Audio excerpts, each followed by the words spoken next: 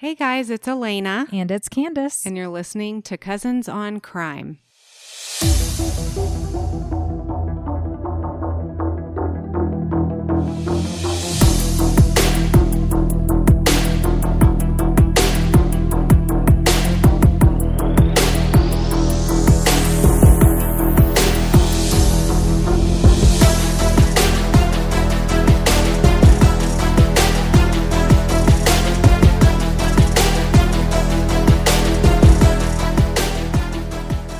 Hello. Hello. I'm just here to remind you that last week we talked about Tyler Skaggs and his case about fentanyl. Now, I don't want to go into too much details. You're just going to have to go listen to it if you did not listen to it. So is the last week's episode. At the end of that episode, I told you that we would be having an interview with one of my friends, Stephanie, who lost her son due to fentanyl poisoning. So have a listen to our interview with Stephanie. So I worked with you and met Kyle when he was about 1 or 2, I think it was. He was a little cutie patootie with curly hair, lots of energy. So tell us a little bit about Kyle. Through the years since, you've met him, of course, they hit those middle school teenage years and he wasn't as rambunctious and fun. I remember he used to dress up in Spider-Man costumes and be Oh, like, yeah. all that good stuff. That was a lot of fun. But as they get older, they are trying to find themselves and he was still a good kid, as in like always checking if there's something I needed as a single mom or just in general, just being probably a better friend to others than to himself sometimes. Probably a lot like me, where I was always giving, giving, giving, and helping others. So as he became older and a teenager, that's when I started seeing a lot of difference in how he was. Before he used to be involved in football and sports, and then high school years. It was his sophomore year.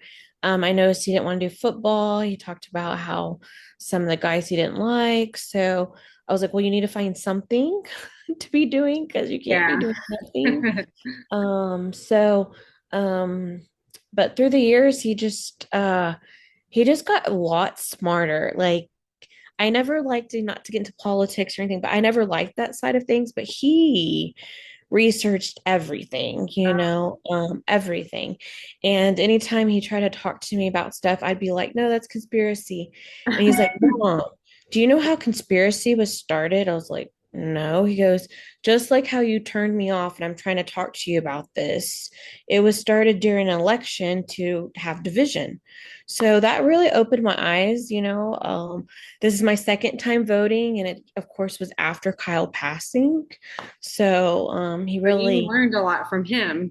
yes, yes, Really yes. cool. So you had several conversations with Kyle, just as a mom, pointing him in the right direction. Was he getting mixed in the wrong crowd? I've heard you talk about him have he had a previous football injury or something. So what? Yeah. It wasn't until he passed and I heard another parent talk about how they think maybe their son maybe thought it was okay to take medications or take anything. And she said her son had had a football injury. And when I looked back at things, Kyle had a go-kart accident. He was out with his friends and had injured his shoulder. And of course, it wasn't anything they could really do. I think they put a sling and they gave me some pain meds. And of course, during that time, I was like, nope, you can't have it. I'll have it. And I gave him the pills each time. But you never think of, this is one of the things, even for myself, being now pregnant. It's all about what you're putting in your body and what you're doing. And, yes, a lot of things have side effects, but we don't think about that it's just normalized to take, when I go speaking, I talk about this. It's like, it's so normalized. Oh, if you have a headache, here's a pill. If you have a cold, here's a pill. Everything's very fast, quick kind of thing. So, on that aspect with Kyle, that's where I kind of pinpoint where it's like, yes, we had the sex conversation, we had the drugs conversation. Yeah. His dad was very involved in smoking weed. There's certain things around if that's good or not, too. But from a child, smoking weed or marijuana, their development's not all there. So that's something I even explained to him, too, because he had came home one day and I was like, I ain't stupid. What'd you do? He was like, oh, we were just chilling. And I was like, okay, well, why did you do it? And he goes, I don't even doing it, but sometimes it's just nice to kind of chill and hang out. And I go, that's sometimes why us adults later, when you're able to drink, sometimes so we had those conversations. Right. Um, I would say with the people he was hanging out with, he kind of was like how I am, where I'm kind of a hung out with everybody, but didn't really have, there's maybe a couple friends they hung out with. And some of those friends, I'll be honest, we had the conversations I did not care for. Right.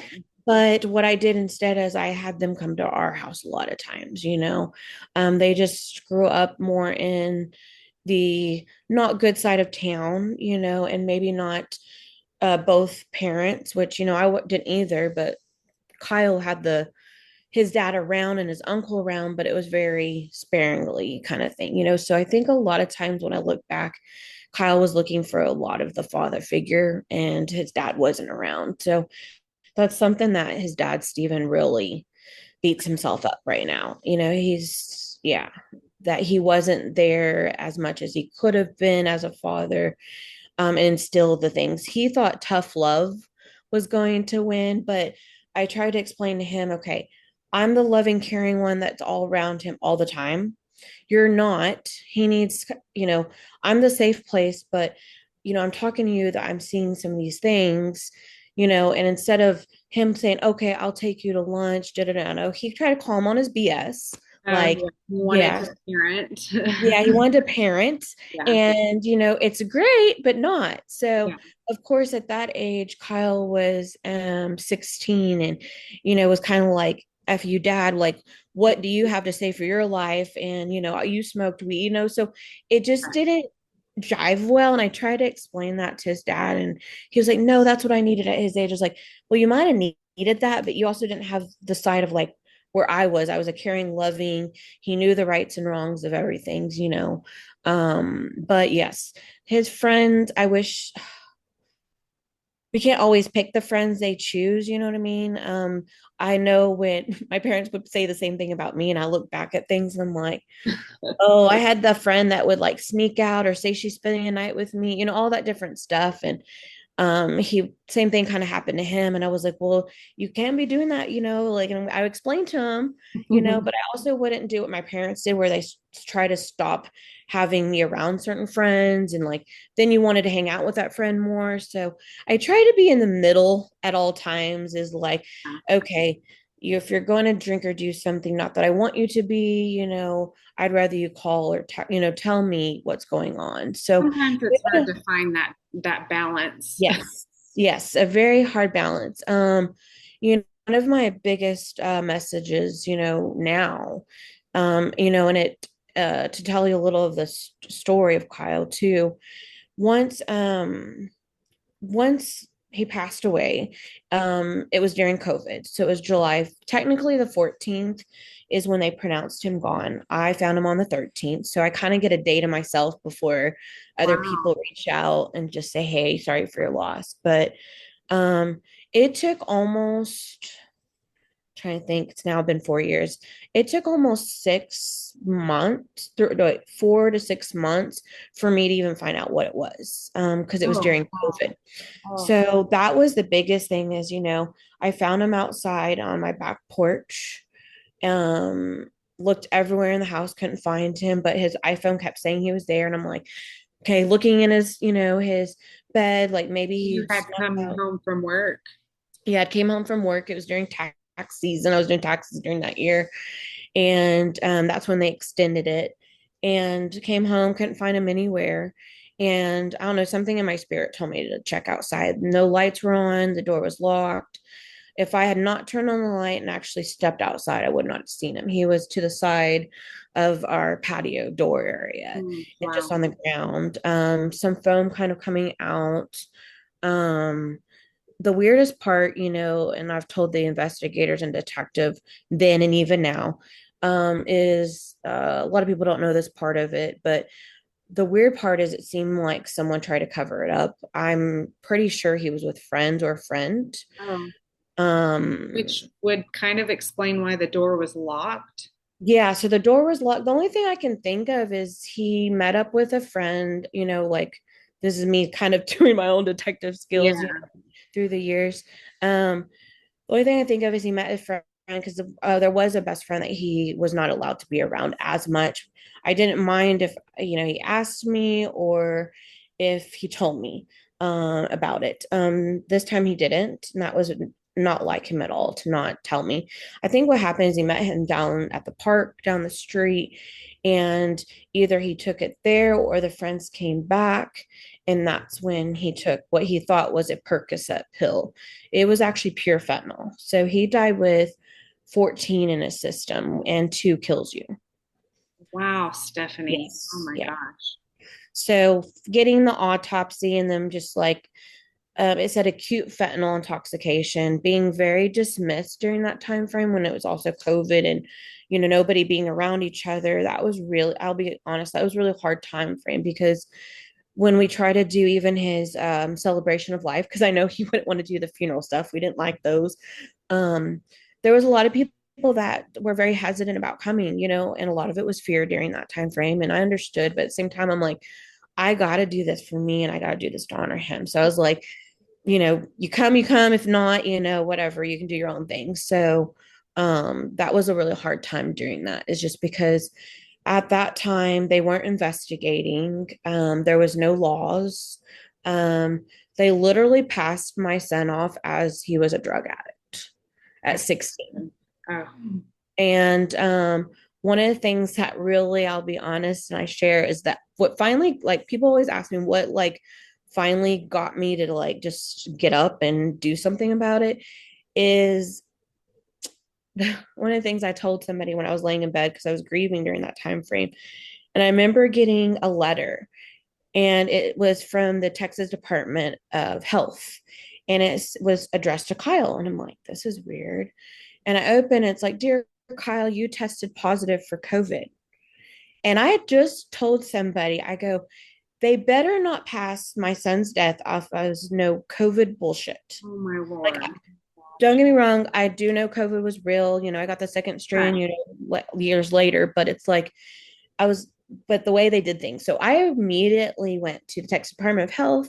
Turns out they did do a swab, but they weren't talking to the police station. Like, there's just a lot of things I found out through our county and system that is not good and it doesn't work. And when I talked to the Texas Department of Health, they were like, I'm so sorry you got that. I go, I got this 4 months later. Like, what if I had kids or a family and you're telling me test positive that day, but I don't find out for months later. Right.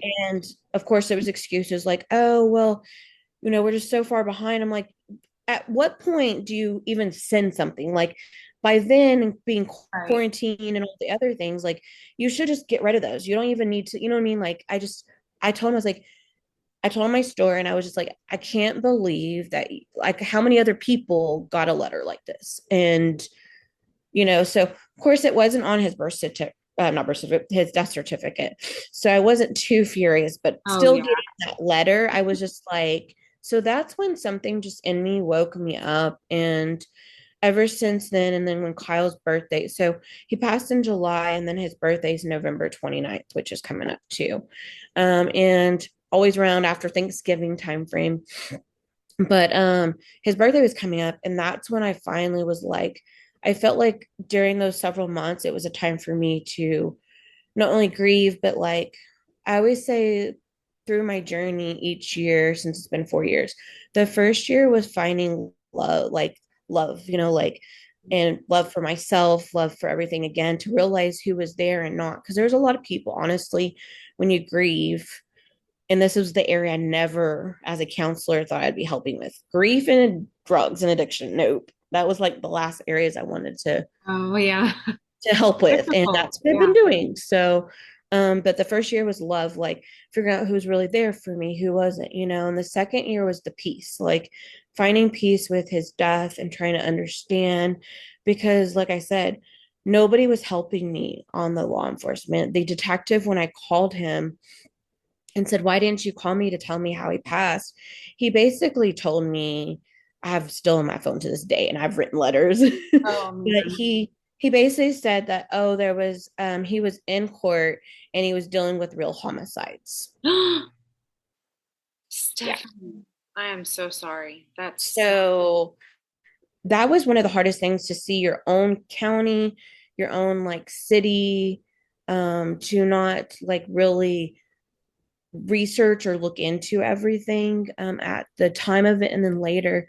So, of course, through that first year, it was just finding love for myself, finding love of, who's around and who isn't around, like legitimate people. Like I had falling outs of friendships through the past 4 years just because I now speak out about it. Some people can't like understand what you're. understand, yeah, or they don't want to hear, like I have these wristbands that says Kyle still speaks, and on the other side it says one fake pill can kill. And that's what I started doing, and that was the only way for me to grieve, was to, like, if there was a cashier that looked young or a waitress that looked young, I would hand it to them and they'd say thank you, and then they'd go, well, what do you mean one fake pill kills? And Hmm. I explained to him, I'd be like, well, that's my 6-year-old son, got it from a best friend, thought he could trust, and ended up being pure fentanyl. And they're like, what's fentanyl? So it opened conversations.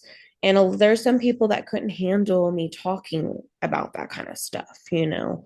Um, so that was kind of my, like I said, love piece of, realizing how he got it. And that was still that second year, they still weren't prosecuting either.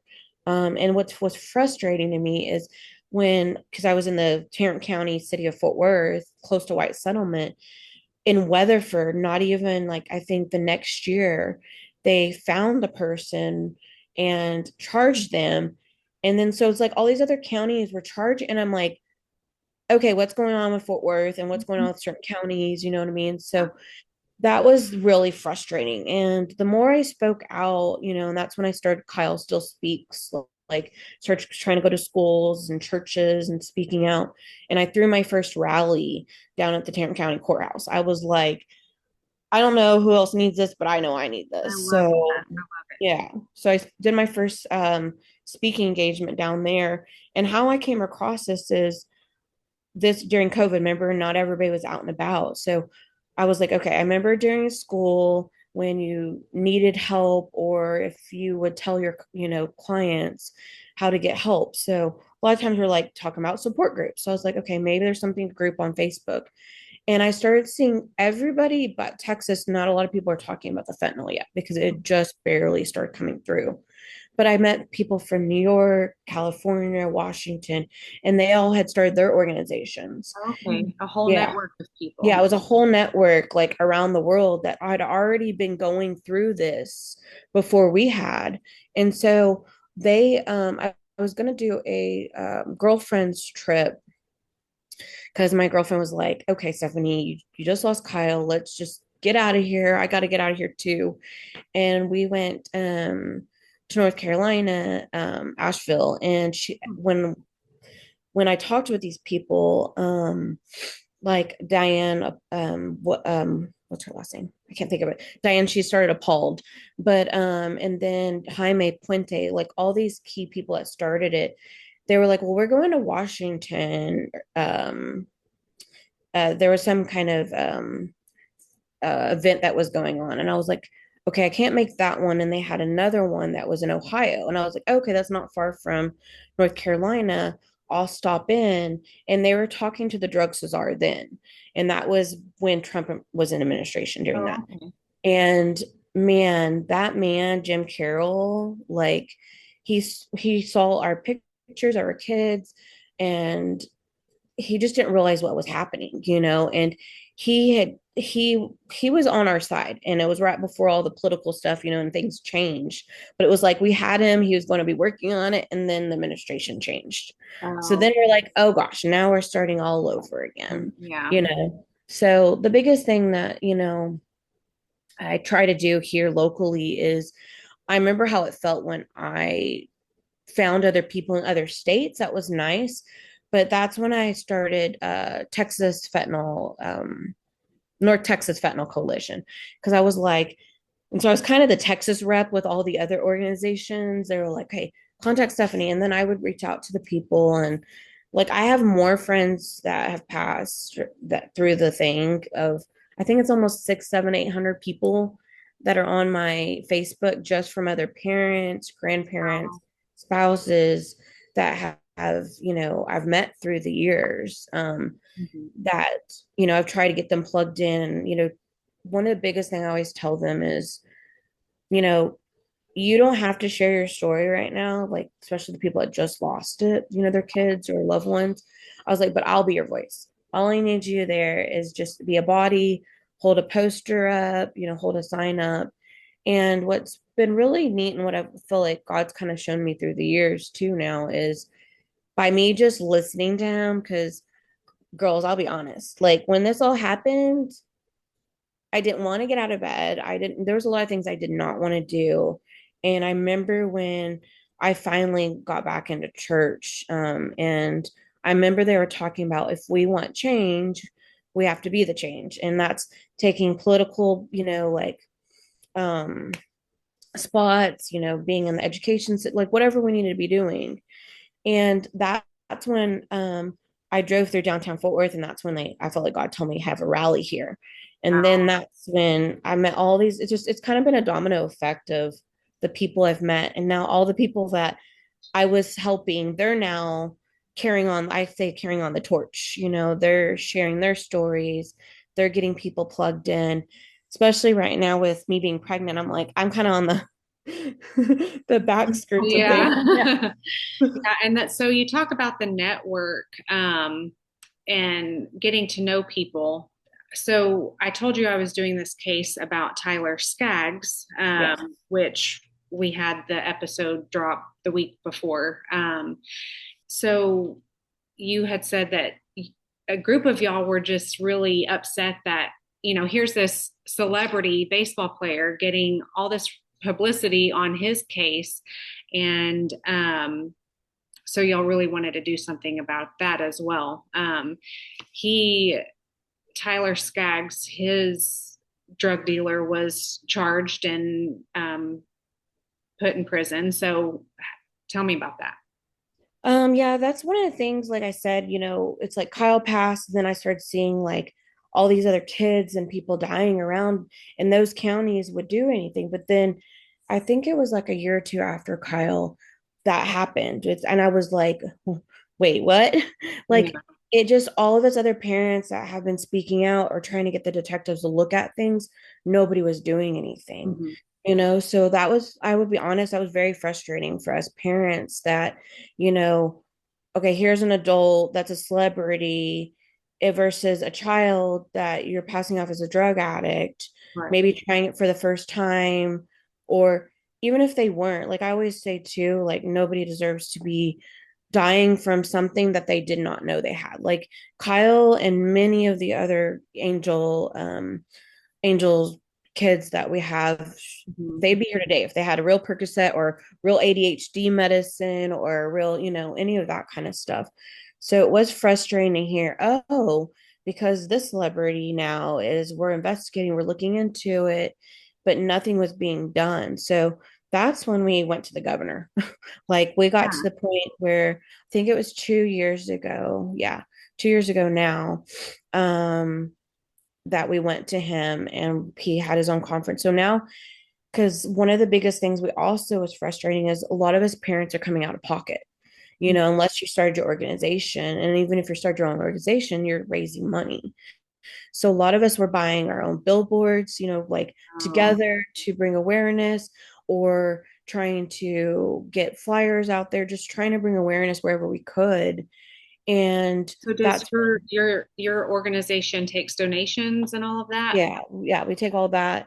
So And so, again, y'all just that's called North Texas Fentanyl Coalition. yes, yes, We'll link yes. it in the show notes. Yes. Okay. Yeah. So that was one of the things that was frustrating. That's why when we finally talked to governor, it's like, as parents, grandparents, spouses should not be having to, you know, do all this on our own. So that's when he came up with a campaign with us, one pill kills.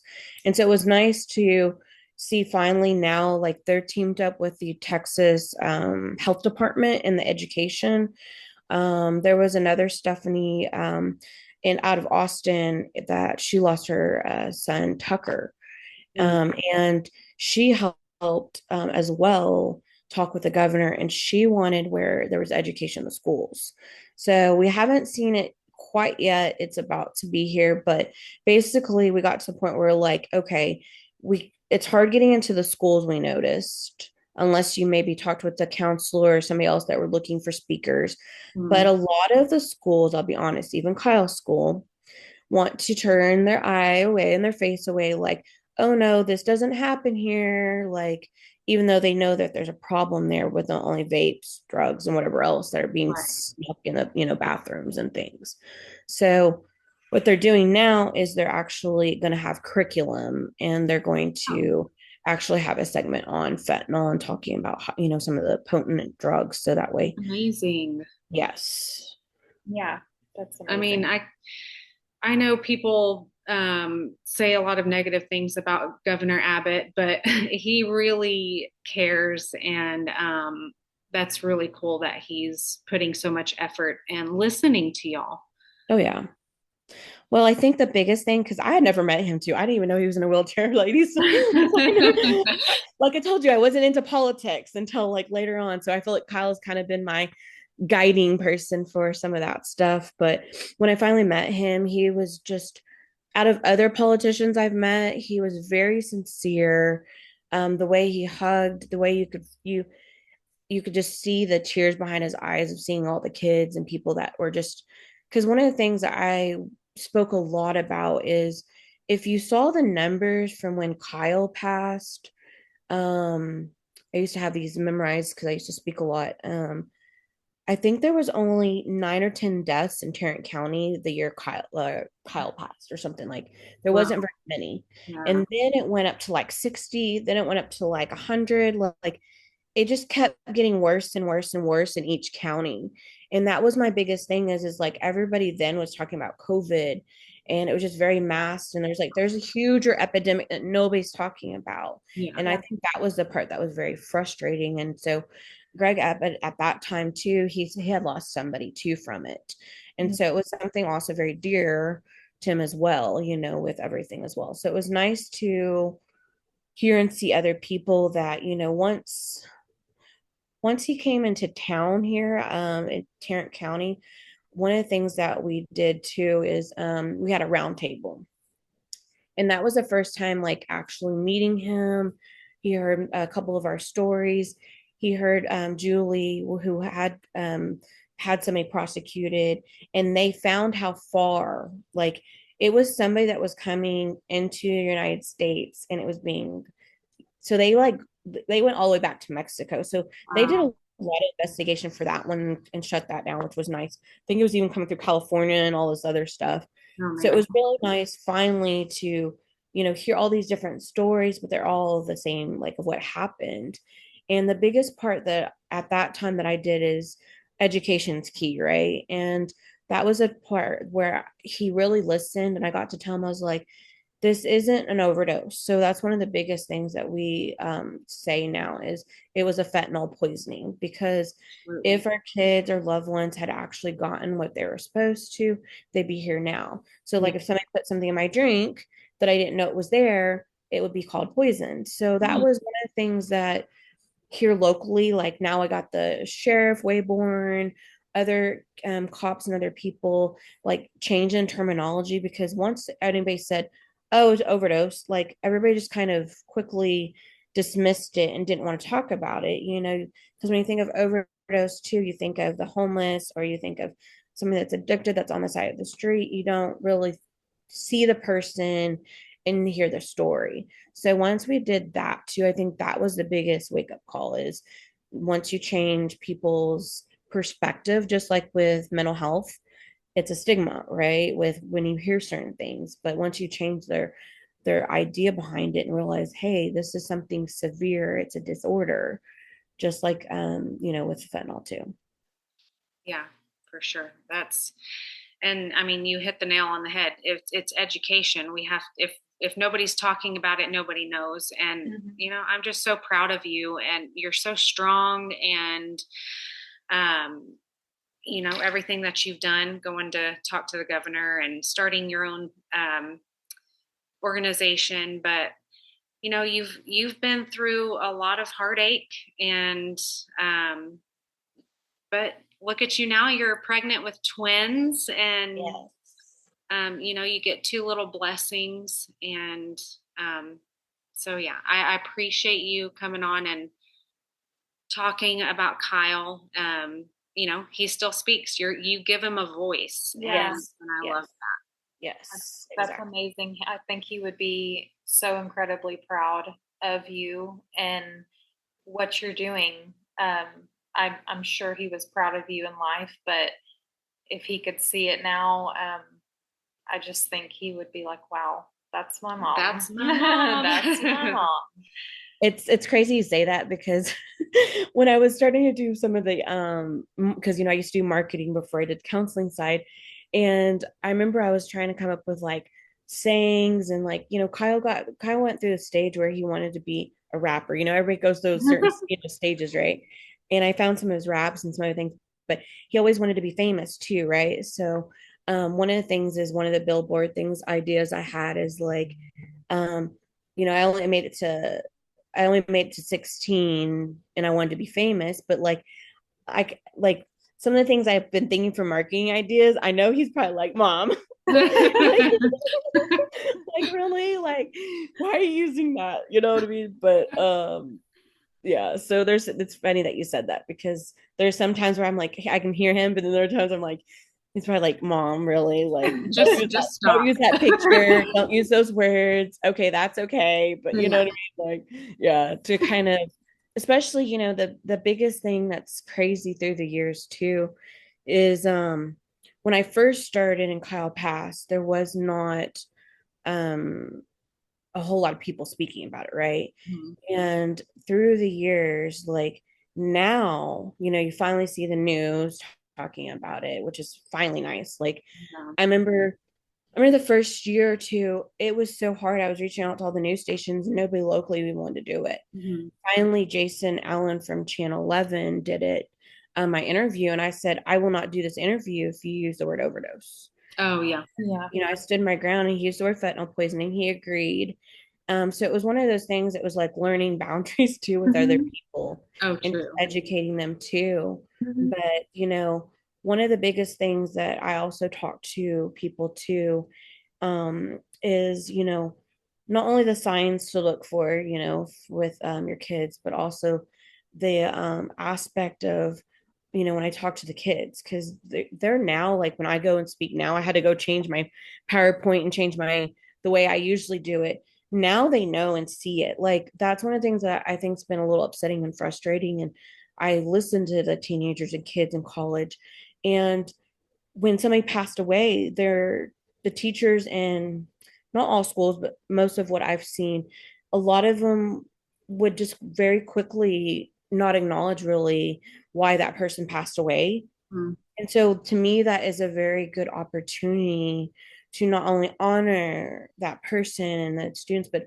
also open up for the count. Of course they say, oh, if you want to speak to counselors, but when they don't even know why or what happened, and they're hearing rumors, like that was, I think, the biggest thing that is hard hearing is these students and kids, they knew more than us parents about fentanyl. Right. Like, they at first they only knew, oh, don't be careful, don't buy from that person because that one's real potent.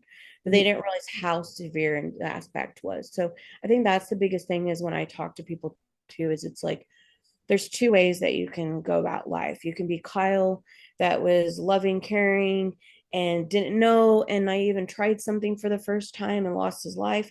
or you Mhm. can be the best friend that sold the pill and then had to live the rest of the several years. We actually lost him last year, and his was he fought addiction for Mm. the next several years. But also, can you imagine, a lot of people are like, Stephanie, you've kept it in and you've not been like angry at, the person, you know, when I had all the evidence and we saw him leaving the air, we turned it all in and I just gave it to God at that time, with the prosecution. If there was going to be anything that happened, it was going to happen. If not, not. But the biggest thing was the forgiveness part, right? Absolutely. But not only the forgiveness, but I thought to myself, I was like, this could have easily happened with me and a best friend or a friend. Like, we could have thought it was something and then gave it. And then, so that is the other thing that we are trying to work with Governor Abbott, is that there's a difference of somebody not knowing, and then they give it to someone else, Yeah. versus someone that's wheeling and dealing and knows what it is, kind of aspect too. Um, so that's the other thing I say is there's two ways you can go through life is, are you going to trust your friend all the time? Or are you going to trust your gut and that you shouldn't be doing this? Or are you going to become maybe addicted to something that you didn't think you were going to and Wow. lose your life? So it kind of happens twofold with some of that stuff. Yeah. Wow. What a story. I mean, Yeah. We're so thankful that we talk a lot about turning your pain into purpose with some of the cases that we talk about. And like, I can't even imagine having to make that decision. Like, okay, am I going to crumble here? Or am right. I going to get up and do something? Or am I just going to be in the middle? And you just like went all out, and you are literally saving people's lives. I mean, Yes. you're providing education and you're saving parents from having to go through the same thing you did. And I mean, it's just so amazing. And Yeah. we feel honored that we got to talk to you about it. Is there anything else you want to? No, I think the only other thing is, we do the education part, but in speaking, but we also do the grief side, so if there's other people that have lost, I'm kind of now the number one contact in the area. Even when, now what's nice is I never thought where I am now I would be, right? Like in Mhm. the midst of it, when it first happened, I'll be honest, there was days that were dark. You know, I Yeah. thought about at one point taking a pill and writing a note, Oh, maybe somebody would no. pay attention. And I tell that story too, that, there'll be times where you go through the grief part. But also one of the things um, we also not only educate, we also try to be there for others. But since then, like I said, you can see how one pain, now there's other things that are happening. The governor, other people have gotten on board. And now, even in the Tarrant County area, they do have just a fentanyl task force. So that detective I talk with quite a bit, and I'm kind of when they have something going on, or they need somebody, they reach out and they're like, hey, I just had this person pass away. Can you talk with the?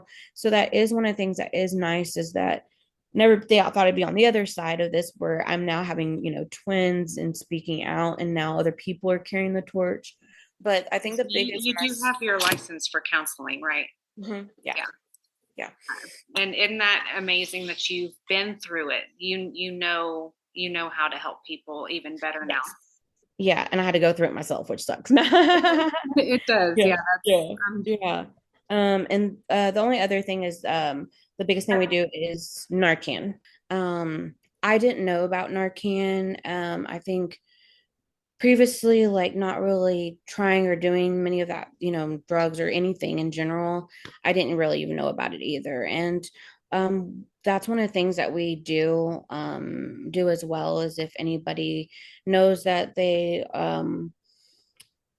do it, or they are maybe their kids, or just in general, we have Narcan on hand. So that is one of the things that I always tell parents, is to actually take 2 or 3 boxes, just oh, because the of how potent fentanyl is. it could take a while for the ambulance to get there. So that's one of the biggest things is I don't know when Kyle passed. I think it had maybe even been several hours before I'd gone home, maybe. Right. But there you can there's so many different articles I see where someone had it and it saved their life until the ambulance got there. And in each box there's two. So sometimes you have to administer two of them before they even get there. So there's I think it's like within that first minute or four, like it's a very small window. And even if it's not that and somebody administers it, it still won't harm them either. So that's one of the things that's nice is I've shown them and I've done it how it works. It's just a nasal spray. And so even if it's not that, but if it is, it could help save someone's life too. And how do So you get that? I do have that through my organization, North Texas Okay. Fentanyl Coalition, but that is one of the other things we're working on is I'm partnered with Liveggy, Liveggy, and they started, I think like last year or so, and they administer it and they have it where it's like on a, kind of like a hanging thing. So they go into all the bars and a lot of the sorority fraternities, Wow. places where people maybe are drinking and there might be drugs involved.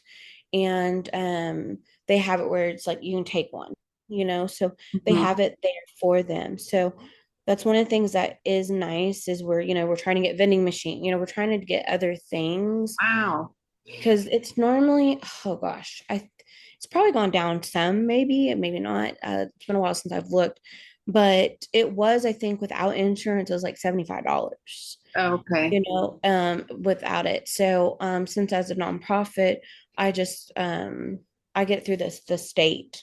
And so they have a certain amount that they give out to. There's a site that some people can get at least a couple of them Okay. sent to them.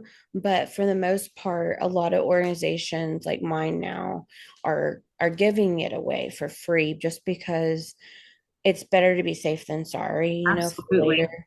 And I bring that up too because there is people that have, like when we were in Dallas handing them out, there's several people that try to be like, very like pushed off about it. And then when we actually explained what it was for, like I even gave some to my grandparents because you can actually overdose on your own meds. Right. You don't think about that. Especially with your grandparents, you think about like, okay, they're getting older. They don't know if they took that, they could actually take more of it. Yeah. So that Narcan can help in other ways too. So I always tell people, you know, even if you don't think, I always tell keep it in the medicine cabinet, keep it somewhere that even, and have the conversation with the kids. Cause I think that's the biggest thing that I probably when these twins get a little bit older, they'll know about their brother, but they'll also know like what can help for things and they'll know about it because I tell people as young as kindergarten, first grade, because there was one point they were making gummy bears with fentanyl. Oh, Lord Jesus. And What? so I don't, yes. Oh, man. So there's a lot of, debunking all these things about being careful about Halloween. Like, okay, Yeah. I'll be honest that there is like, okay, there's probably not somebody passing out candy, you know, for Halloween. But somebody, because that how I found out about this was probably, I think it was after a year or two Kyle passed, there was a bunch of kids that had gotten poisoned at school. Luckily they were at school, but they were barely in elementary. A kid had gotten his parents gummy bears, not realizing what they were. They Oh, actually had fentanyl in them, brought him to no. school, and luckily they were at school when it happened. So that's the other conversations I try to tell people to talk to their kids about is if you don't know where it came, like even I know they thought it was their friend, just like Kyle thought, getting it from a friend, but it's like I'm like, don't try or take anything like, yeah, No. yeah. So that's my biggest thing that I'll be telling my, I mean, my we've kids. always been told say no to drugs. Now we have to be told say no to candy. Well, Yes, yeah, and like yes. my girls are so young and they're in preschool, but they're not allowed to share food. Like the teachers say you can't share Oh, each other's that's good. lunch or share each other's That's good. anything. And then like if someone brings like cupcakes or something, for a party or whatever, they'll contact us and say if it's not okay if your child has a cupcake or whatever. Oh, that's good. Because they do all, allergies and stuff too. But yes, at first I was like, that's so stupid. Why can't she have some of her apple? But now you're so right. It's like, I don't know where that apple came from. Yeah. Like, I don't know what her parents did with that apple. exactly. Exactly. You want to think people have the best intentions or people just normal, but it's not the case a lot of the time. And it's safer to just say, you know what, I don't know where that came from. So just say no. Just say no. Yes. And actually my 3-year-olds had hip surgery this year. Ooh. One of my daughters had to go back in a cast and go back under anesthesia in August. It's a very recent thing, but now they prescribe Narcan with any controlled substance for children. Wow. I have been seeing that. I've been seeing that. That was something fairly new. Yeah, it's very new. It's very new because my girls, like, one of them had surgery in April, one of them had surgery in May. And so this last time when she had her procedure again in August, they prescribed it and they hadn't before. And I was like, oh, and he's like, do you want it? Or, sometimes insurance companies won't pay for it. And I'm like, I want it because I have children and you're right. Like, what if they got into the cabinet and took something, or what if my neighbor, found her son? What if I could save someone's life with that? Exactly. So I feel good about having that in my home. Yeah, that's good. Even when I have absolutely, like, I don't know anyone who experiments with drugs, but that doesn't matter, does it? Like, no, it really doesn't matter. So it's so great that you give those things out. And that's a good point. That's one of the things that I spoke to a golf club, and that was interesting. Like, I changed up my speeches when I talked to each one, and that one I could tell they kind of had the little like, oh, what do we need to learn from, so I remember when I went into this one, I said, hey man, I have a headache and some cramps, like, and immediately all the ladies, the purses, some of the gentlemen, and they started handing me stuff. And I said, that's the exact reason why I'm here today. Wow. As fast as you were to hand me a pill or some kind of meds, kids are dying from fentanyl thinking it's something just like I could take. And that's so powerful. It really is. I remember, and where I got that from is because once I lost Kyle, and even on the day we cremated him and we just did the viewing, there was some of my friends even were like, hey, I know you're probably going through some depression, and they were trying to give me theirs. And that's kind of where it came from, is that I didn't know that's what happened to Kyle. Right.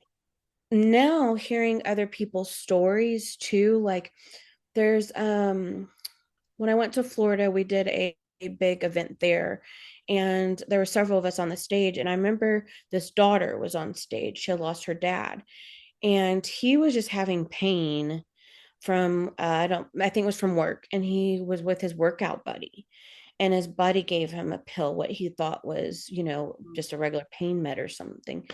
And that's where also it came about, is like, we don't know behind closed doors. Like, I literally, to this day, if I get a headache or whatever else, I'm not taking anything from anybody, period. Like, I always tell people too, unless it's been sealed, I see that, because I don't know about you, but I've ran out of some of my pills and I've put them in other ones, but I know what they are. Right.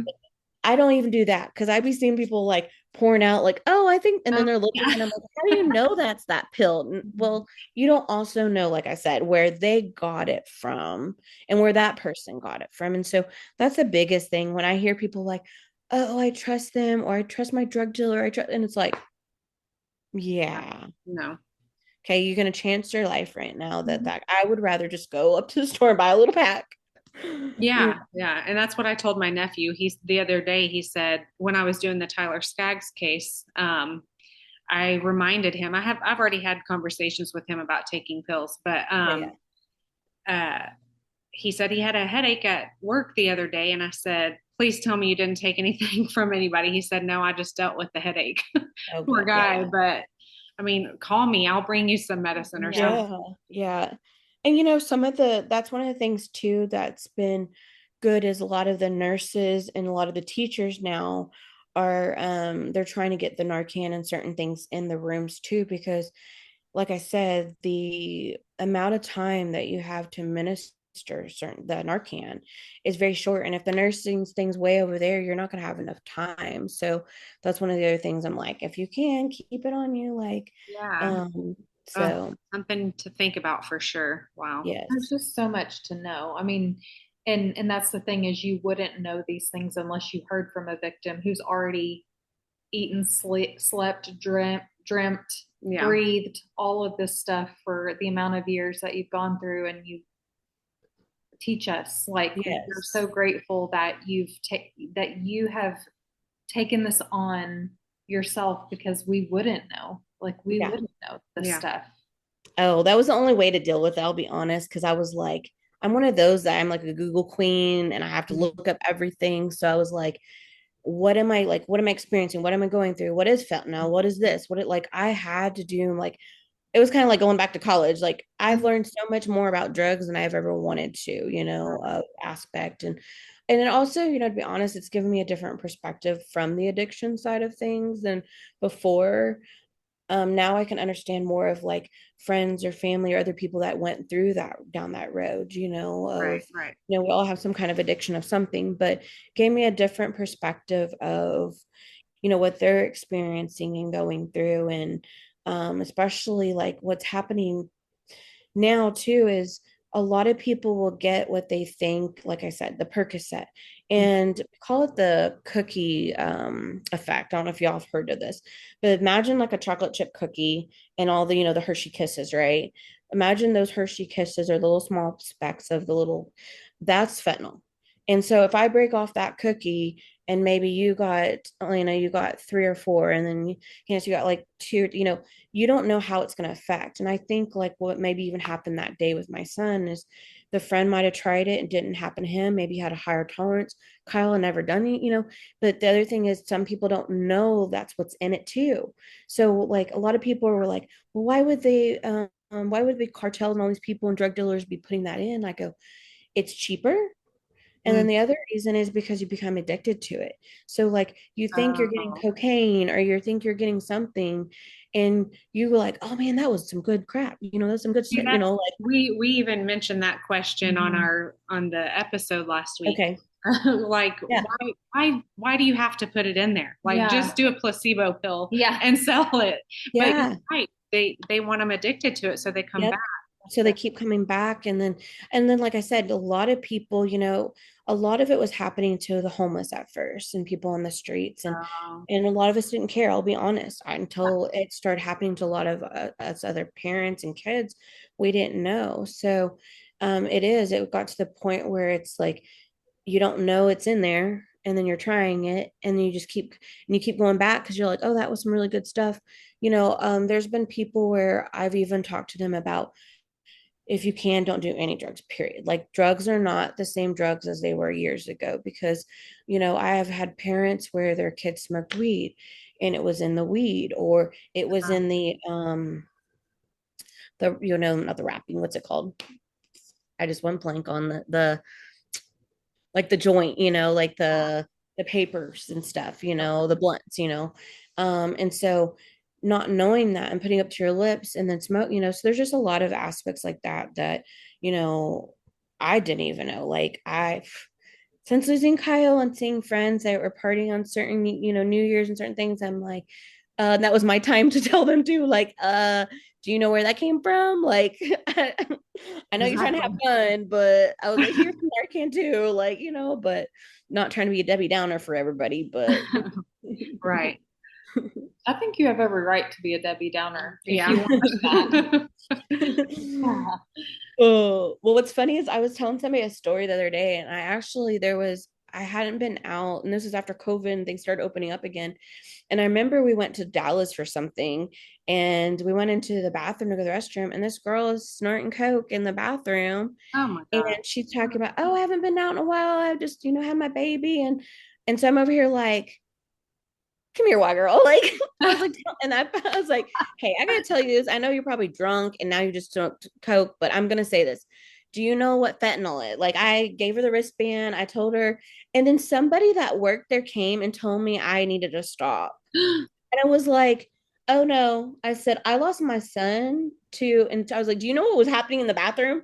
And so I called that lady out too. I was like, you want me to talk to your manager? I was like, I know what. Yeah, I was like, I can't believe you're condoning, like, Well, whatever because you're making her business go away. Yeah, I was like, okay. I was like, well, I was like, I'm just letting her know because I lost my child that way, and I'm like, don't want somebody else like if you have dead body all of a sudden in the bathroom. Right. I thought free speech was still one of our amendments, and we could share hardly among us each other. Like, we could really say anything we want to each other. We're just having a conversation. No, you're right. Yep. That is not the case anymore. Nope. Somebody has to butt in or give their 2 cents. Yeah. So I remember that story, and I was just like, I can't believe this is happening. I'm just telling somebody to be careful. Like, just like in the days if somebody wanted to have sex, I'd be like, here's a condom. You know what I mean? Like, right. Oh, you can't do that. You can't do that. No. Oh, Lord Almighty. Wow. So times are changed, and but so different. Yeah. So well, different. now I know more about it. I can talk to people myself. Yes. I was like, seriously, I was like hanging on every word. Like, I feel so educated now, and being educated on something you didn't know is not a bad thing. I think people find the stigma of learning, like, oh, I didn't know that, and oh, I don't need to know stuff like that. But knowledge is power. Oh yeah. I mean, the more you know, with the star that goes. Oh no. I now call myself a conspiracy junkie because after my son, I'm like, and then now you're finding out things are actually real that they kept saying it was conspiracy. I'm like, see? So now I'm just like, you should start your own podcast. Yeah, right? So, well, thank you so much, ladies. Thank you. Yes, thank you so much. And we just pray that you have a wonderful rest of your pregnancy, and those babies get here safely. And and maybe you can even send me a text and I'll come hold those babies when they're born. Yeah. I know. I was like, I already told a lot of my friends and family, I'm like, I'm going to need a break afterwards. I want to hold some babies. Yeah. But what was I going to say? Thank you for all that you're doing with your organization. And we will share that in our show notes and on our Instagram and everything, so that we'll link it everywhere. So hopefully people can be as educated as we feel right now. Yes. Well, I appreciate y'all. Thank you for covering it too, because of course, if we don't talk about it, I always say bring the dark to light, and absolutely that's what we got to do. Shine the light. That's right. Well, will you take care of yourself, girl? Okay. Thank you. I'm gonna get some food. Bye. Thank you for listening to Cousins on Crime. Get connected with us by becoming a free member on our Patreon. Or for just $5 a month, you'll have access to bonus episodes, discussion groups, and much more. If you can't afford $5 a month, we get it. Inflation, am I right? Please consider leaving us a positive review and rating wherever you listen. And don't forget merch. Support our podcast and show the love by sporting t-shirts with our latest designs, or grab an evidence bag to keep the chain of custody for all your valuables. Don't forget to follow our show on your favorite streaming app so you never miss an episode, and get photos and updates on our Instagram at Cousins on Crime Podcast or our Cousins on Crime Facebook page. Have a case suggestion? Email us at cousinsoncrime@gmail.com.